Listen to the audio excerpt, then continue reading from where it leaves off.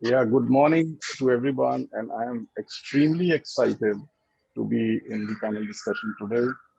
Uh, because before we go ahead with that, let me tell you that I am from Jaipuria, and I am also a Kanpuria. And after so many years, I mean, it feels it's one and the same thing. Because whenever you think about Kanpur, the only memories that come back is of Jaipuria. I also had the privilege of engaging with students and meeting Dr. Shishir Japuria during one of the alumni meets, not alumni meets, but it was a guest lecture which was organized by Dr. Durga Prasad when he was there at the Ghaziabad campus. So again, it was very nice, and memories come rushing back when you come to your alma mater, as they call it. So having said that, once again, I feel very privileged and proud to be associated with this panel discussion. Um, Coming to the topic of the day, what I just wanted to do was to put things in perspective, maybe before we go anywhere ahead, because this is very, very interesting times that we are living in. At one end, we are tackling or being challenged by obsolescence, but at the other end, we are also chasing a dream of a 5 trillion economy. Now, both these things, I mean, sometimes sound as if they are working at cross purposes. So, very, very interesting times. Uh, my background is mostly in banking, and that too in rural banking. So, whatever I do or say will sort of lean heavily on the rural side. I think that's very clear from my background also on the screen. So please take it with that. When I talk about anything, it is mostly applicable to the Bharat uh, and also India, but largely to Bharat.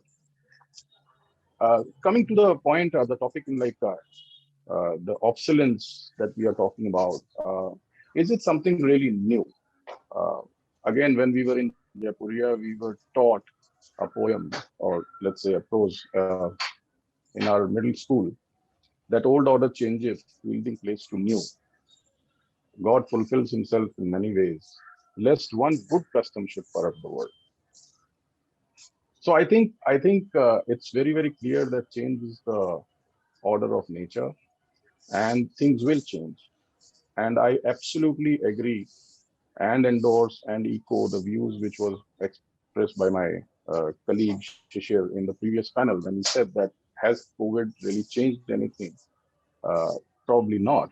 Nothing has fundamentally changed, but it has definitely accelerated it uh, much faster than probably the rest of the things would have.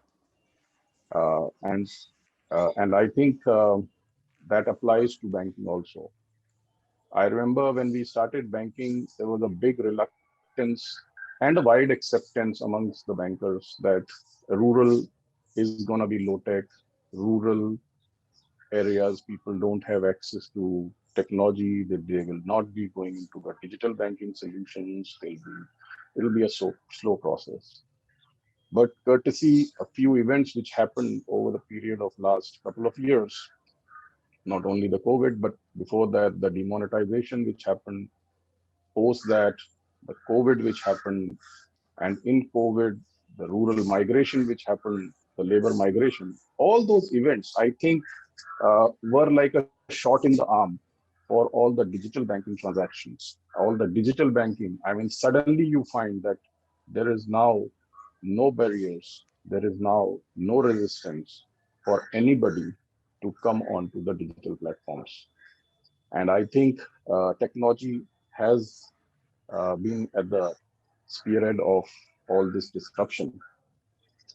Coming back to the banking, why what is happening around us in the banking space is we see a lot of technologies emerge. I think I missed to catch who said that, but in the previous panel somebody was talking about HDFC Bank's AI. query, the resolution that happens. Uh, so I happen to be working with the HDFC Bank, so I know for sure that that's true. And we are even trying with a physical robot which can actually come and give you the look and feel of a person. So a lot of technology is being adopted by the banks. And if we were to predict, I mean, by Gartner, they are saying that 70% of the organizations will have AI to assist employee productivity in 2021.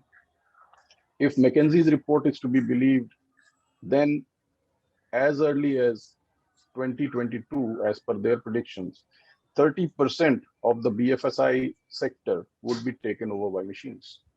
Now, that's a huge disruption in terms of the workforce, which is currently engaged in doing these jobs.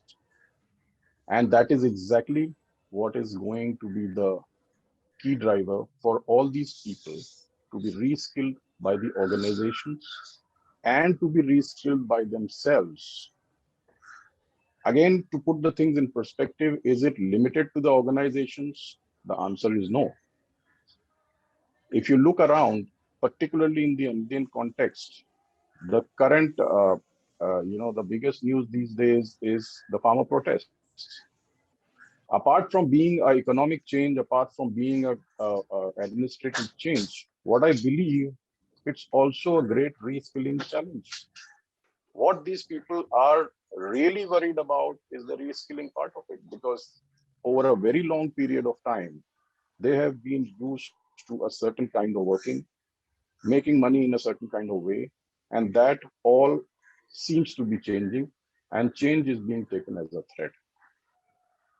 Now, again, what is so alarming about it? Why a protest? If change is the order of the nature, I mean, order every time change happens, then why this? I think that's where the velocity of the things is to be blamed, because earlier changes took generations to come. So at least for that one or two generations, the things used to see look a little permanent. Things used to see look a little stable. But as my son educated, that now generation gap can come in 1 year's time. I mean, my son was telling me the other day that when he was in class 12th, they found it difficult to understand and communicate with class 10 people. It looked like a generation gap. So I think it's the velocity which is really what is the challenge. Change, I think, is inevitable. It happens, it comes. Ironically, when we talk about the rural banking, the change in technology is coming at a much greater pace than urban. Anybody in the room who is familiar with the rural banking space now would know that there are three pillars for the rural banking that we are all sort of engaging with, and that is the JAM, which is Jandan, Aadhaar, and mobile. I still think that the urban counterparts are still banking in the old ways. Maybe some net banking and app has come, that's fine. But other than that, all transactions are generally low tech. Whereas if you look at the rural space, you will find that all the banking now is pretty high tech. And sometimes it amazes us also when we go out there. I mean, it sounds very, very new. It feels very, very new. What it means is that increasingly now the bank branches, what it means for the bank is that now the bank branches are becoming increasingly irrelevant. The point of sale for bank products is the customer's device or maybe his doorstep, but certainly not a branch. Most of the customer acquisition servicing is already digital and it is largely paperless. Now, what it means for the bank staff obviously is that there is going to be a huge requirement in terms of the skills, in terms of the competencies which are required to handle this kind of uh, uh, business and this kind of a outreach. I would just like to quote an example from my personal experience. When we started in 2006 and 7, when RBI came out with the financial inclusion initiative, uh, At that time, it was a big challenge for all the banks that how will we go out there in the rural areas and acquire and service the customers profitably and with full security. At that time, when we debated it inside the bank, uh, we kind of had this bright idea where we leverage on some of the POS devices, which were lying fallow with the bank because they have been rejected by the oil companies. At that time, we had a tie with the oil companies for card payments at the petrol stations and gas stations. And they somehow got rejected and they were lying fallow. Internally, we took a call and we modified those POS devices into some sort of debit credit devices. Again, tweaking the backend for the payment systems. I think the technology guys will be able to shed more light on this, but from a business side, this is what we did. And this POS device came as a lifesaver for us. We were able to reach out to deep geographies, remote villages, and we used the business correspondent network to get the people to transact on these devices for their small value transactions, just like they would do across a teller counter in a bank or maybe a micro ATM as we now know it. Now that was I think a good example of how technology as well as the business processes were reskilled, upskilled to get uh, to deliver a organizational objective. The other piece from a banking perspective that I see is taking is that all the organizations now are moving towards a data driven culture, because if you have to increase the banking penetration, we can't be relying on a collateral based lending system or the traditional banking lending system. We are increasingly getting into a space where we are leveraging on the knowledge about the customer, the data that is coming from the customer. Hitherto, that has been one of the missing ingredients as far as the rural banking is concerned.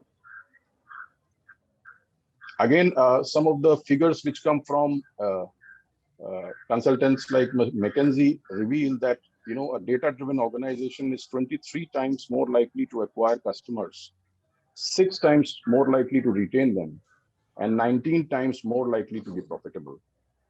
Hence, you can't overemphasize the fact that going forward, most organizations and banks in particular will be data driven, and they will be integrating these data optimizations in their daily operations.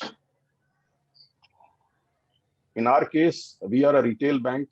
So most of the retail operations, as we know, are difficult to operate in a relationship manner.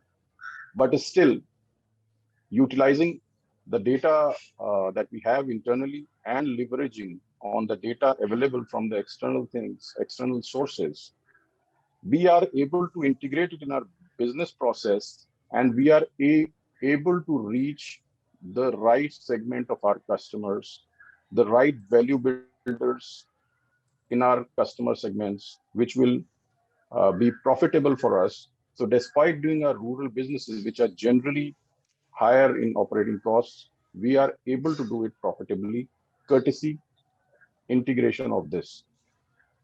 For example, just for the benefit of the house, let me give an example. Like in rural areas, unlike an urban area, the product design, the sales process, everything has to be tweaked to the seasonality.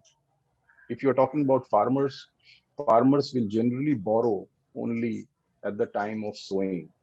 It is useless to pitch with them at the time when they are not, in any other season. Similarly, if you want to recover your money, you have to go to them at the time of harvest. Now, this seasonality is something that is kind of inbuilt or baked in into all our products and sales processes overall when we are talking about rural banking. However, from a daily perspective, also we have harnessed a lot of technological uh, channels to drive our sales force. And in our case, sales force happens to be a little large. In my particular department, which is the retail agri department, we have approximately 10,000 people who are going out in the rural areas on a daily basis. Now, how do you drive a 10,000 large manpower? So for that, we have built in a lot of daily monitoring tools.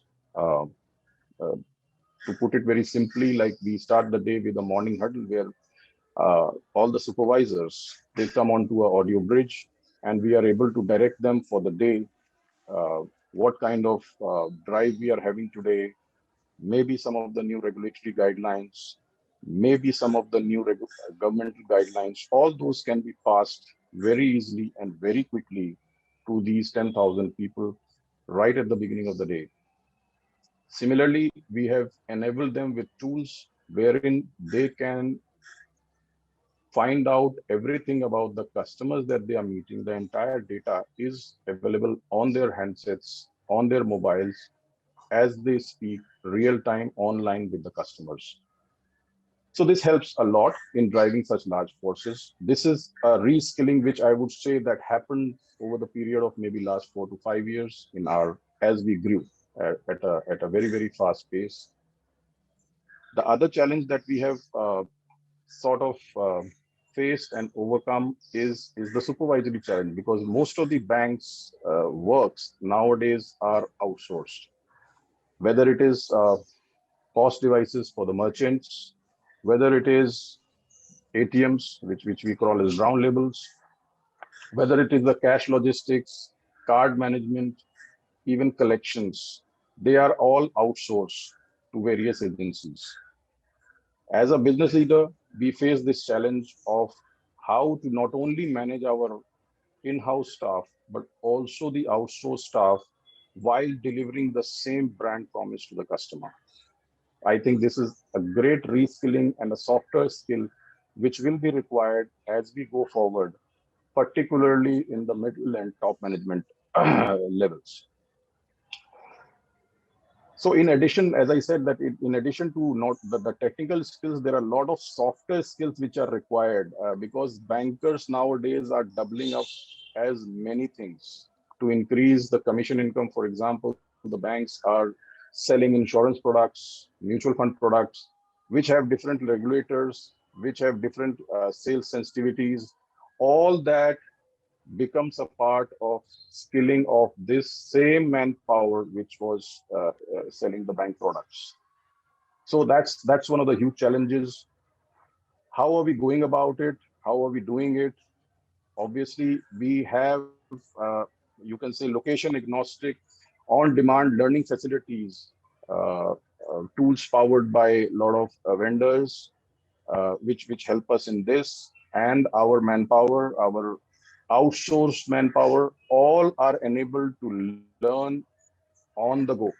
As and where they are, they can learn about the bank processes, about the regulatory guidelines, and they can take online tests. We have mandatory online tests for all the staff members, which they have to periodically clear, whether it is on information security or bank products, blah, blah, blah, which they have to clear periodically to be maintaining their ratings. So I think with this I covered most of the aspects of what we have faced, and maybe I would be open to taking a few questions as we go along. So I'll stop with that. Thank you.